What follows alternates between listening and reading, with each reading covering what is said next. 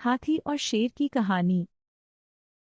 एक बार एक जंगल में एक शेर अकेला बैठा हुआ था। वह अपने बारे में सोच रहा था कि मेरे पास तो तेज धारदार मजबूत पंजे और दांत हैं।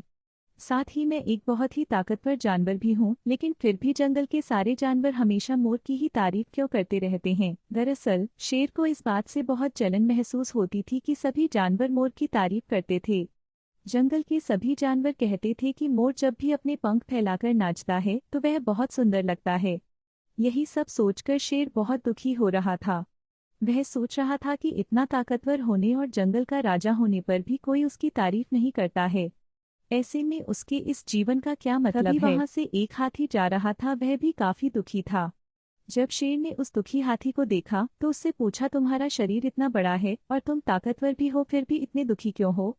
तुम्हें क्या परेशानी है? दुखी हाथी को देखकर शेर ने सोचा कि क्यों न मैं इस हाथी के साथ अपना दुख बांट लूं। उसने आगे कहते हुए हाथी से पूछा, डैश कि क्या इस जंगल में ऐसा कोई जानवर है जिससे तुम्हें जलन होती हो और वह तुम्हें हानि पहुंचाता हो? शेर की बात सुनकर हाथी ने कहा, जंगल का सबसे छोटा जानवर भी मुझ जैसे बड़े जानवर को परेशान कर सकता है। शेर ने पूछा, वह कौन सा छोटा जानवर है? हाथी ने कहा, महाराज, वो जानवर चींटी है। वह इस जंगल में सबसे छोटी है, लेकिन जब भी वो मेरे कान में घुसती है तो मैं दर्द के मारे पागल हो जाता हूँ। हाथी की बात सुनकर शेर को समझ में आ गया कि मोर तो मुझे चींटी की तरह परेशान भी नहीं करता है, फिर भी मुझे उससे जलन होती है। ईश्वर ने सभी प्राणियों को अलग अलग खामियां और खूबियां दी हैं।